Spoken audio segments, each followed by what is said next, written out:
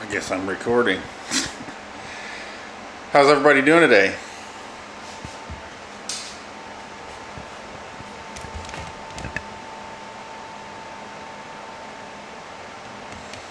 I don't even know what to say.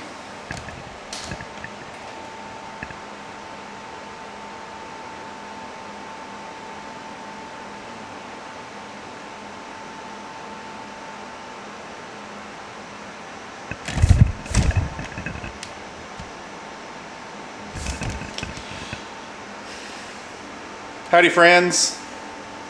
So no crap, there I was, back from my trip, making unboxing videos.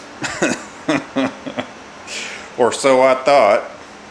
I took out my new laser, my Xtool P2S, and the little fire safety set, and the Safety Pro AP2 air filtration system, and I set it all up.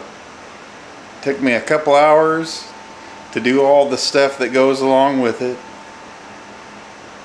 and then I get down to the computer to try to make a video out of all the footage, and apparently I never turned the camera on record. So there's about 2 hours of wasted talking to a camera. I guess I was talking to myself.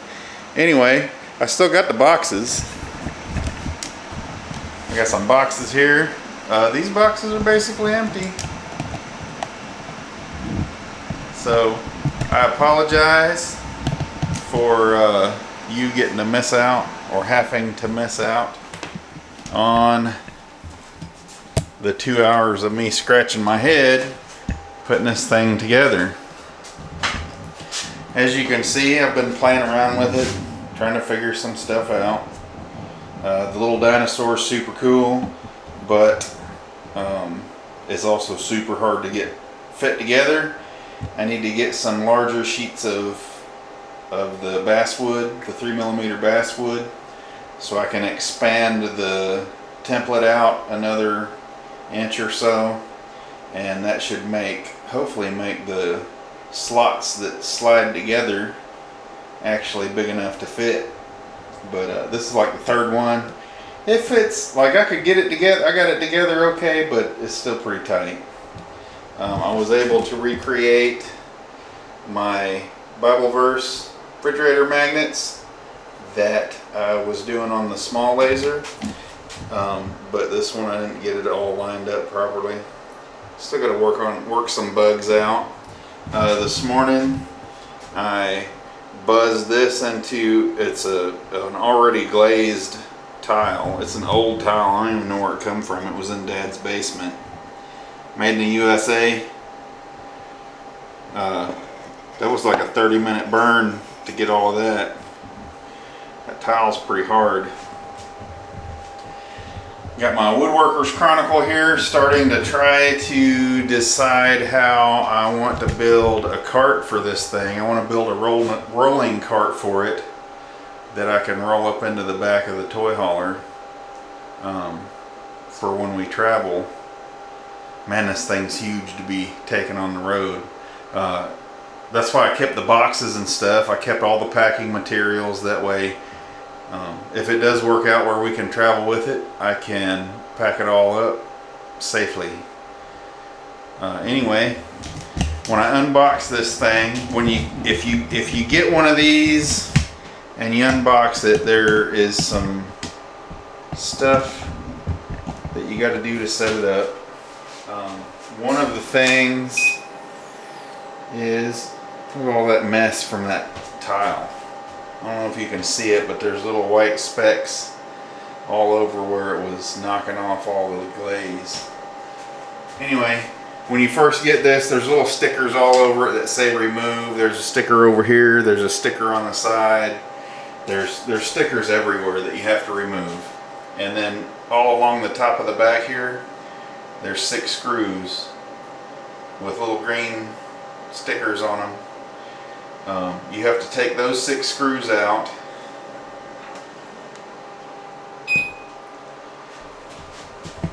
and then you have to take what is it, 5 screws back here. There's 2 on each side of this vent system, and there's one right here in the middle that I missed until I couldn't figure out how to pull the cover off, and I realized there was another screw in there. But you pull that cover off, your laser's up under there. I'm not going to pull it off right now. I'll see if I can find like a still photo of the laser system. Over on this side is your coolant reservoir.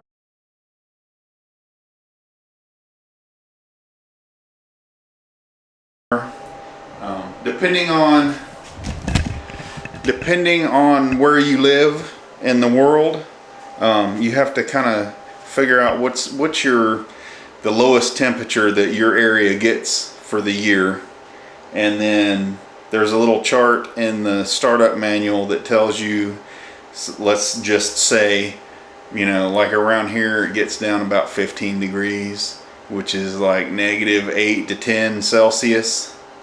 It's all on Celsius, so if you run Fahrenheit, you're going to have to convert it. But then it gives you amount of coolant and then an amount of distilled water that you need to add. The coolant comes with your laser. When you get it in a jug like this, it has a little chart on it.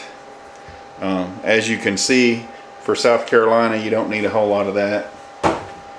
You'll need some sort of measuring cup. I had to have a paint mixer cup that has milliliters on it, and then I have this little shot glass thing that has milliliters on it. Shot glass. It's a small measuring cup with milliliters on it, so I use the 2 of those combined to get the amount of fluid that I need. You have to fill it twice. You got like an initial fill that's water and antifreeze, and then once you get that in there, then you turn on your machine the first time, and just like a car, it'll circulate through the system. And then after about 30 seconds, once your coolant gets circulating through the system, then you got to top it off with water. You don't actually top it off, you put whatever it says on the little chart. And it comes up about to the bottom of the fill spout. There's probably 1.5 inches from the very, very top down to the top of the water. But once you get that done, you close everything back up, and you're pretty much good to go. It's if what you got is the laser, well, you got to put your exhaust on it. If all you buy is the laser, the only thing that you have to do after that is run your exhaust tube outside somewhere. I got the all-in-one kit. I don't know if you're, sorry for waving the camera around. I got the all-in-one kit, and it comes with this fire suppression device.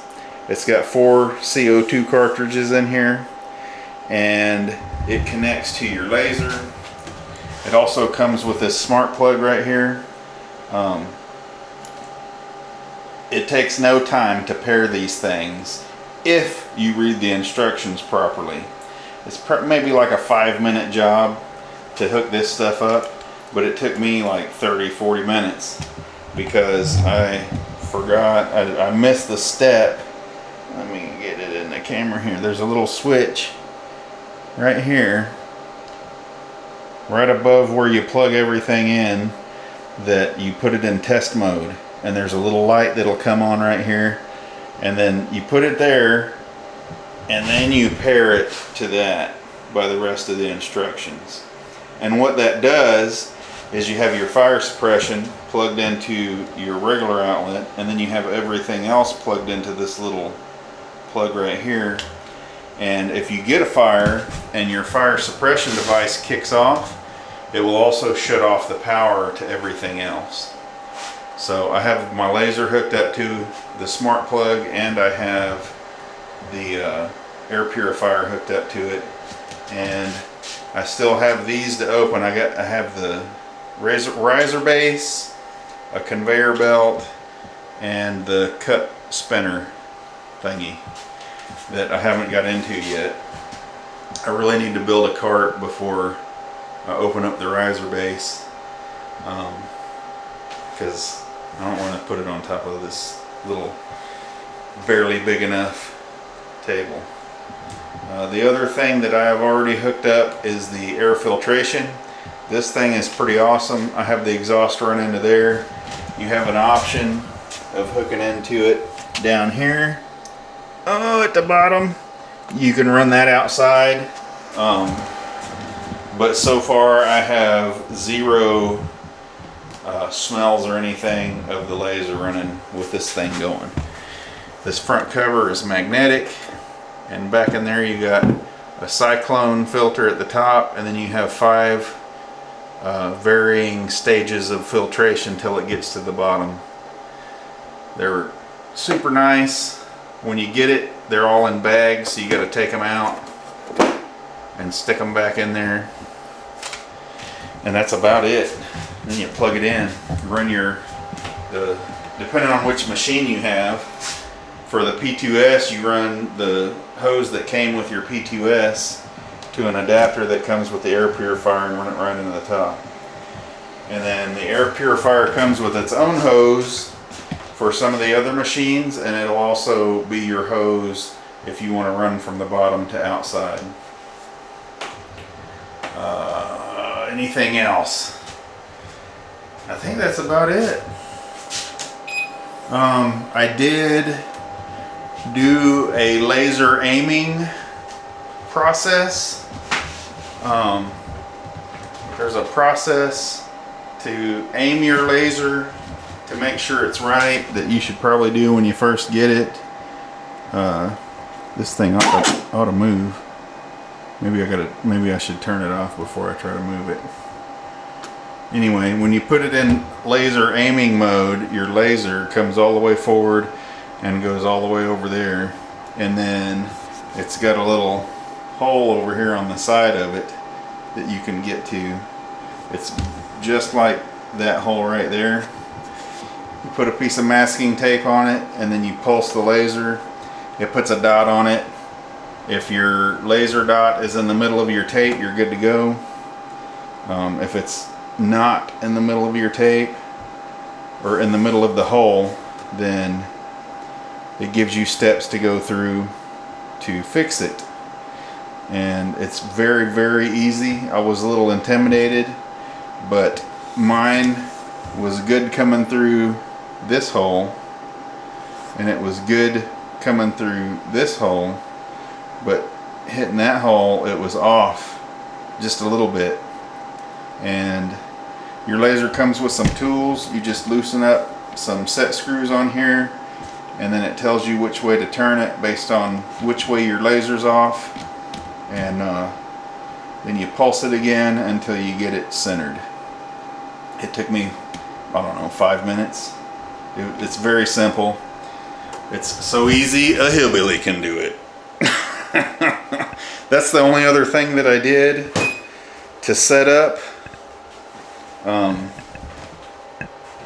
I mean, it's pretty straightforward and pretty easy. You just follow the instructions and go step by step. Try not to miss nothing. There's a lot of training that's included that I really need to get into. There's a little bit of a learning curve to run one of these lasers, especially if you want to do different kind of stuff. All I was doing with my little laser was engraving these little planks and stuff, and it worked great for that. But it was also took a long time. That little O'Toole 2.5 watt laser makes some good looking planks, but it takes, 25 to 35 minutes per plank. This one took I think it was 7 minutes or 5 minutes maybe. No, it was like 7 minutes to engrave that. It was quick. This took 30 something minutes, but this is hard glazed ceramic. The little dinosaur, little T-Rex here, took 5 minutes to cut him out. He was fast. Little basswood T-Rex. Once I get some bigger boards and make him just a hair bigger so he fits together good, I'm probably going to offer those for sale. This is from I know that there's other probably the exact same design out there, but I got this off of a metal one that I got from my dad. My dad used to be a welder fabricator for many, many, many years, and he's had this thing for probably 15, 20 years. They cut it out on the CNC where he works. That's the template. This is all of the little pieces. It's the same dinosaur that I got in there made out of wood, but the metal's heavy and it fits loose, and I have a hard time getting the daggone thing to stay together. And then on the other side of the coin, I made this wood one, and it's tight and hard to get together, and I'm afraid to take it apart because I might break it trying to take it apart because it was so tight fitting together. But I'll get it figured out, and then we'll see about selling them. This was the first one. No, this was the first one. It's the same size as the metal one exactly, but it's really tight. Like the wood was tearing up trying to slide it together. I don't know, I could probably sand the wood down, but I don't like sanding. I'll just make it bigger till it fits. So that's what I've been working on.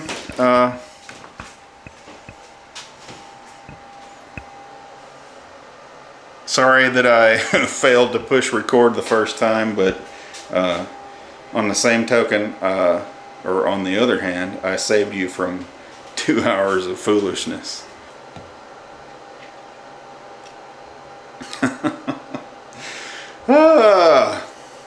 Well, I guess that's it for today. Last thing, remember Jesus loves you. I pray that the Lord bless you and keep you all the days of your life. Get in your Bible, read a little bit every day. It ain't gonna hurt you. Read a little bit every day, maybe talk to him. Tell him what you got going on in your life. Thank him for the things that are good, and ask him for help, where you need it. We have a great God. Love y'all. Have a good week. Bye.